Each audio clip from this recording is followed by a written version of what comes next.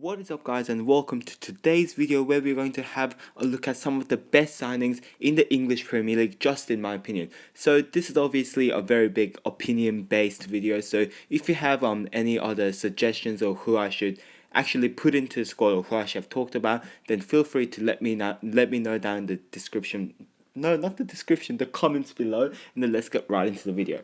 So the first three players we are going to be talking about is the Liverpool boys. Yes, the Liverpool, it's finally back up. At first, it's been like nearly 2 years, and then finally he's back. And then, well, those are some of the players that Liverpool did really well to bring, and they're performing really well. Starting with Matip, very solid in defense with Lovren as well. Very exciting to see. Like, obviously Liverpool is conceding, like they always concede, but it doesn't really affect the game that much since they always win by a big score anyway. Same to Karras, doing amazing. Now Karras is the signing that Liverpool needed because obviously Mignolet, he's a little bit dodgy, but Karras obviously solved that problem. And then also Mane as well. When he first signed for Liverpool, a lot of people around was like, oh, he's overpriced, he's not going to perform, but he has shushed everyone because Mane is probably the best performing, or well, maybe one of the best performing, since like Coutinho from Firmino is doing so well as well.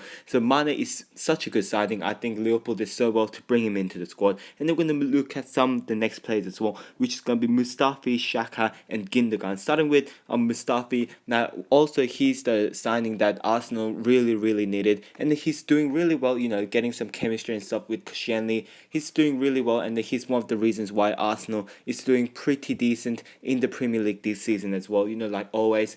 Because obviously Mertesacker, he's a little bit slow, like I mean obviously slow is still a problem, and then Gabriel, he doesn't really seem to be good enough.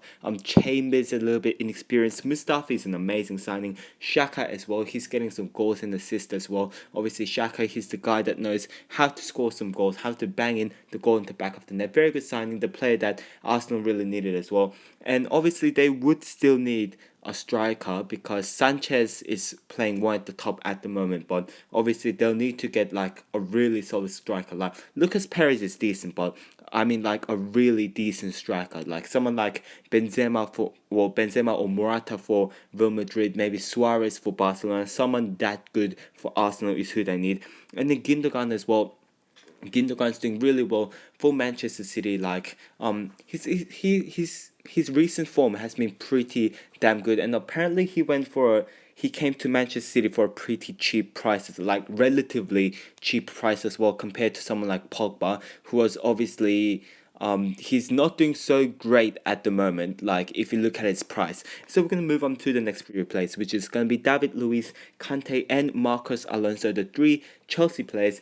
So we're going to start off with David Luiz. Now this guy is, well, once again, like Mane, when he first signed for Chelsea, a lot of people were like saying, why David Luiz? But now he's doing really well because obviously John Terry, he's kind of out of form. He's kind of getting old, Gary Cahill, David Luiz and Azpilicueta is doing pretty decent in the centre-back position, even though some of the media is saying that Chelsea might try to get Bonucci in the winter transfer market, which is going to be pretty interesting. And the Kante as well. Kante, very well-priced player, very underrated player compared to someone like Pogba, obviously. But Kante, a very good player as well, signed for Chelsea. Marcos Alonso as well. A lot of people like didn't really see this happening, but now he's definitely a part of solid Chelsea squad. 3-4-3, he fits really nicely into the left midfielder or the wing back position, however you want to say it. And we're going to move on to the next three players, which is going to be Shadley, Stekelenburg and Joe Allen it is. So we're going to be first talking about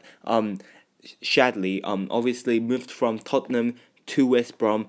He obviously didn't get a lot of game time in Tottenham. He didn't really even play well in Tottenham. But now in West Brom, he's getting a lot of goals. He's getting some assists as well. Shadley is definitely playing decent. I think he's gonna get a winter upgrade for FIFA as well. And then Stekelenburg, I think he's such an amazing replacement for Tim Howard. Obviously, Tim Howard has been an Everton keeper for a very long time, and then now Stekelenburg replaces him, and then now he's just doing absolutely amazing. You just have to agree on that. And then Joe Allen moved from Liverpool to Stoke. He played really well in the Euros, but I guess none of the really top clubs tried to sign him. So Stoke didn't really have a very good how to say, they didn't really have a good start of the season, but now I guess they're kind of getting their form back, into the normal form. Shaqiri performing, Joe Allen performing, and Burnley managed to score a goal against Swansea as well, which is pretty interesting as well. But anyways, guys, this will be it for today's video. If you have enjoyed it, please hit the like button, subscribe, and goodbye.